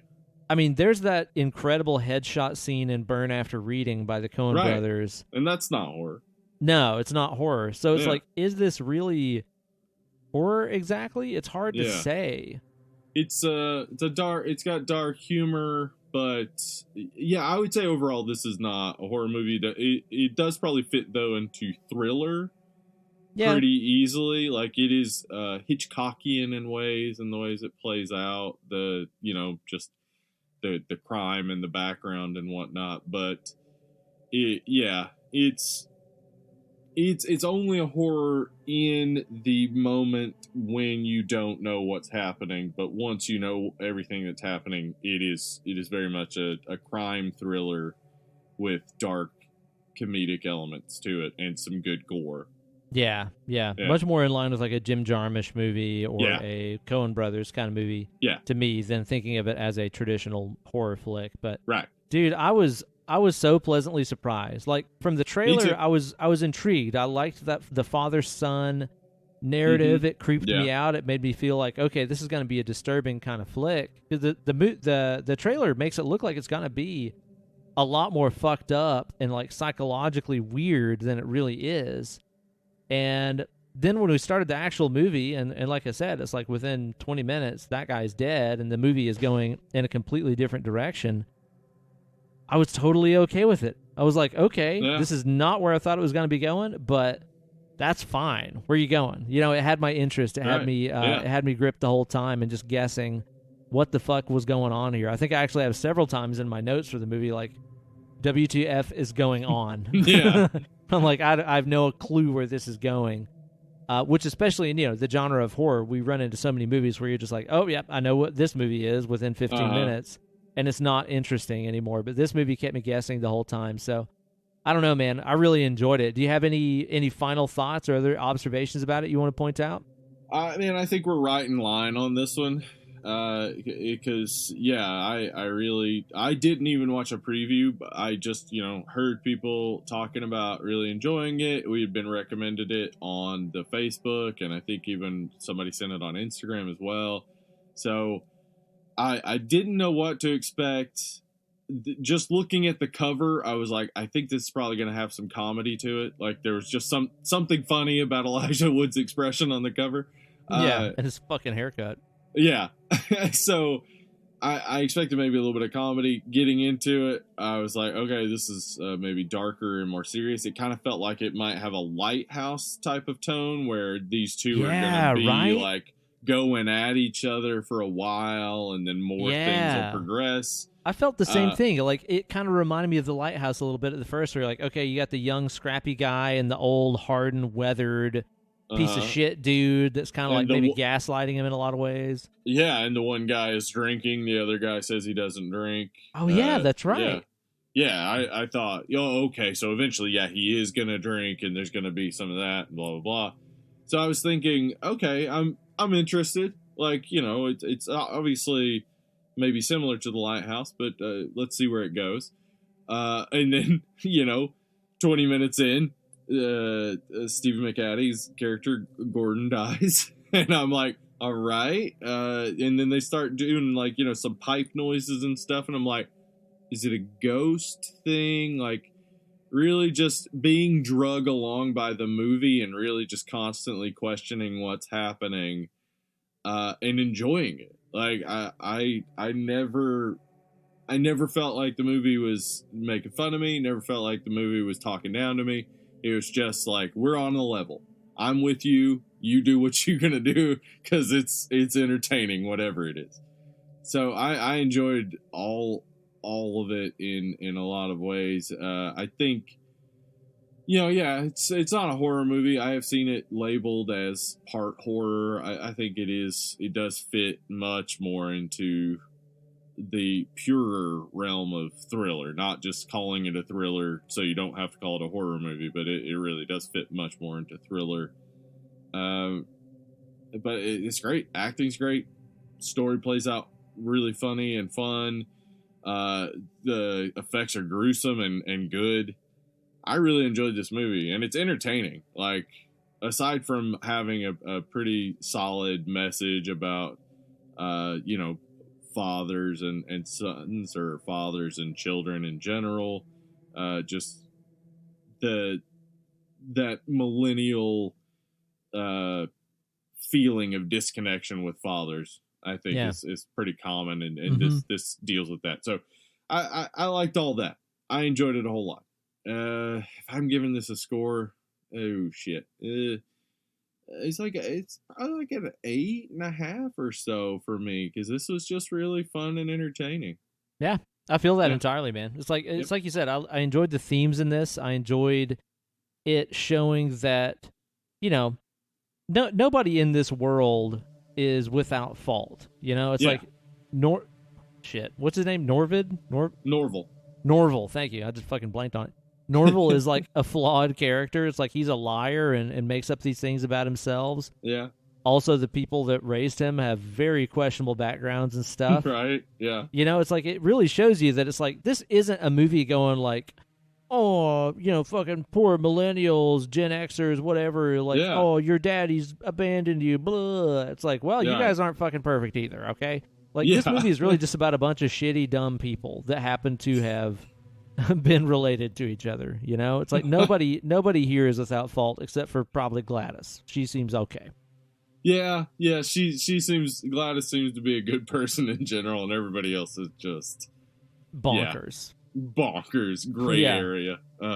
I get it if you watch this movie and you're like, it was just too weird for me. Like, there was just too many weird characters doing weird things in weird situations. Nothing was normal. I would get that, but I like that personally. I really, really enjoyed the dark humor in here, tossed in with some of those just like suddenly vicious kills, some really hilarious dialogue and stuff at times that never felt forced. Like, it never felt like it was really like we're trying to inject levity into this movie so it doesn't get too fucked up for you. It felt like very natural, funny dialogue and stuff like that to me that kept this movie really entertaining. I enjoyed it a lot, man. I thought that it was really cool. I think for myself, I would put this at I'm going to say 7.5 for me. All right. So overall, one that I would strongly, strongly recommend, especially if you just like these kinds of fucking weird, offbeat movies. Definitely got me dying to watch The Greasy Strangler. Yeah, I'm going to have to check that out now. Everything I've seen of it just looks gross. Yeah. But I'm going to have to give it a shot now, yeah. Yeah, for sure, man. So let us know what you guys thought about this movie over on the Instagram page, where you guys can find us over at, what's our Instagram handle? Dead Lovely Pod? At Dead Lovely Pod on Twitter and Instagram. Go check us out. That's right. You guys can also let us know what you thought about it over on the Facebook group that we mentioned earlier. Facebook.com/deadandlovely. Woo! And if you love this show and want to give us dollar papers because we made you get a little belly laugh, get you a little chuckle in there, you can support the show over on Patreon. Patreon.com/deadandlovely. You're selling it hard, dude. I know. You're fucking selling it, and I love it. And once again, if you join at the $5 or above level, you get to submit a movie into the smoking bowl of movies that we might draw for a future Patreon pick episode of movies for the podcast. It's we just recently did The Faculty, Midsummer from Patreon picks. So send us in some stuff. I Come to Daddy, I think, may have even been in the Patreon bowl. I think it is. Yeah, we're interested in doing the films that you want to hear, so head on over there and become a patron.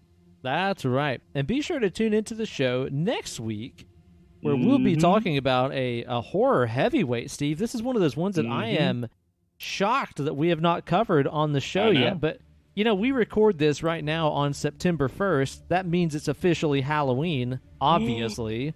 Of course it does. That's right. Yeah. Once it's September 1st, it's Halloween until next year around February sometime. Yeah, exactly right. Yeah. That's how the timeline goes.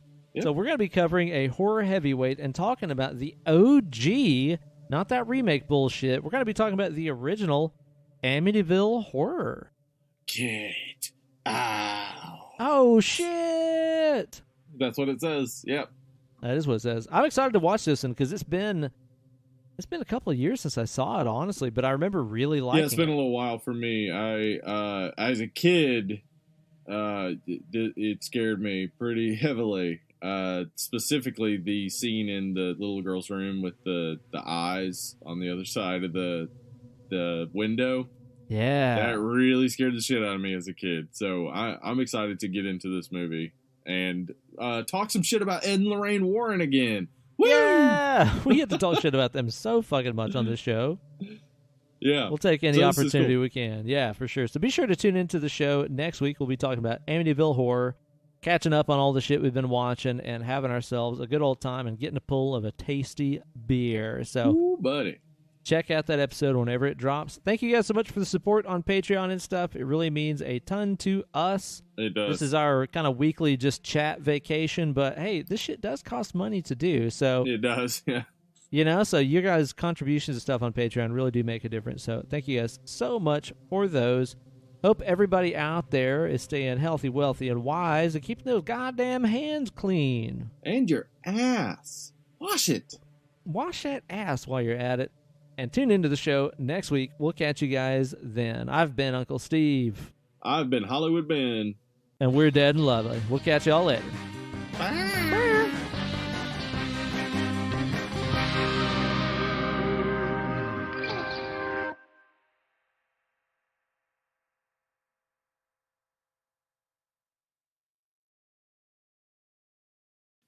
So Ben, just the other night I was watching an episode of WCW Nitro. Like you do. Yeah, from December of 1997. It was right here in Knoxville, Tennessee. Ben. Uh-oh. Hitting local.